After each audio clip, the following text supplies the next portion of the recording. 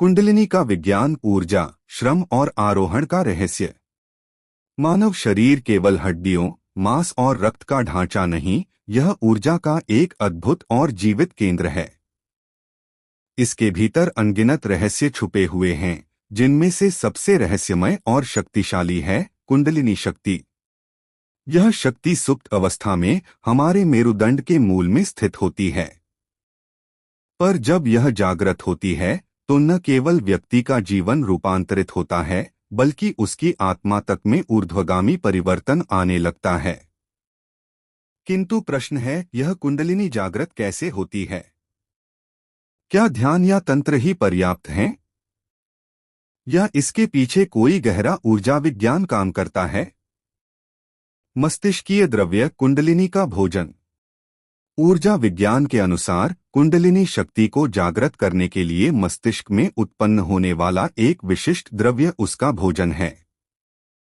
यह द्रव्य मानसिक और शारीरिक श्रम के कारण मस्तिष्क में उत्पन्न होता है, परंतु इसकी प्रकृति और प्रवाह दिशा भिन्न होती है। मानसिक श्रम से उत्पन्न द्रव्य ठंडा होता है और इड़ा नाड़ी, बाईं ओर की चंद्र नाड़ी द्वारा नीचे की ओर प्रवाहित होता है। शारीरिक श्रम से उत्पन्न द्रव्य गर्म होता है और पिंगला नाड़ी, दाईं ओर की सूर्य नाड़ी द्वारा नीचे की ओर बहता है।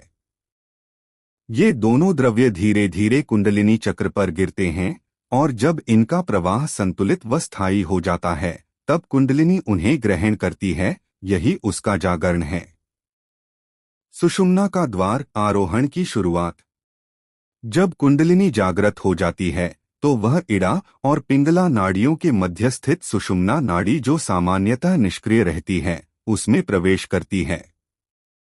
यही मार्ग कुंडलिनी की ऊर्ध्व यात्रा का द्वार है। इसे जागृत कुंडली का आरोहण कहा जाता है।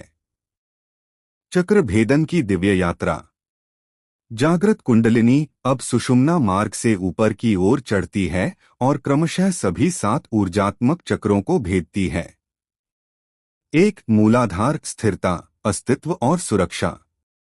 2. स्वाधिष्ठान, कामना, रचनात्मकता। 3. मणिपुर, शक्ति, आत्मबल, आत्मविश्वास। 4. अनाहत, प्रेम, करुणा, सहस्तित्व।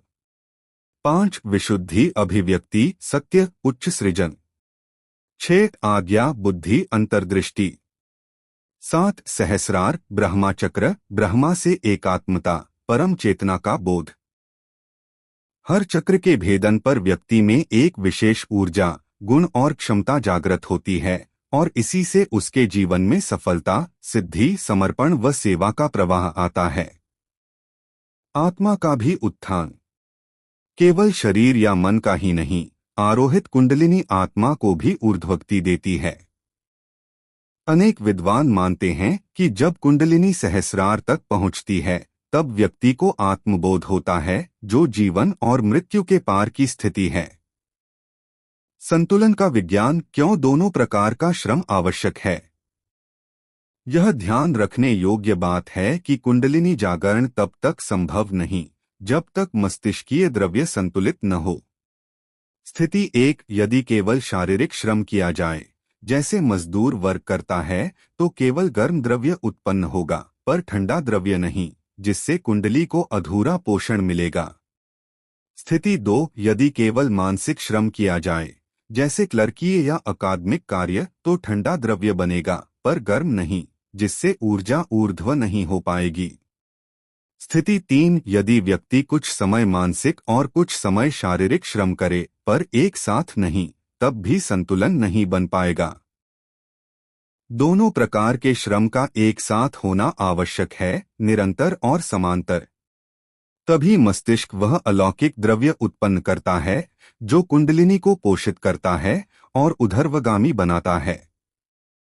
कुंडलिनी कोई कल्पना नहीं, यह एक सूक्ष्म, वैज्ञानिक और जीवंत ऊर्जा प्रक्रिया है। इसके जागरण और आरोहण के पीछे कोई अंधविश्वास नहीं, बल्कि गहरे अभ्यास, संतुलित जीवन शैली और ऊर्जा संयोजन की विद्या है। जो व्यक्ति इसे समझकर साधना करता है, वह अपने भीतर देवत्व को साकार करता है।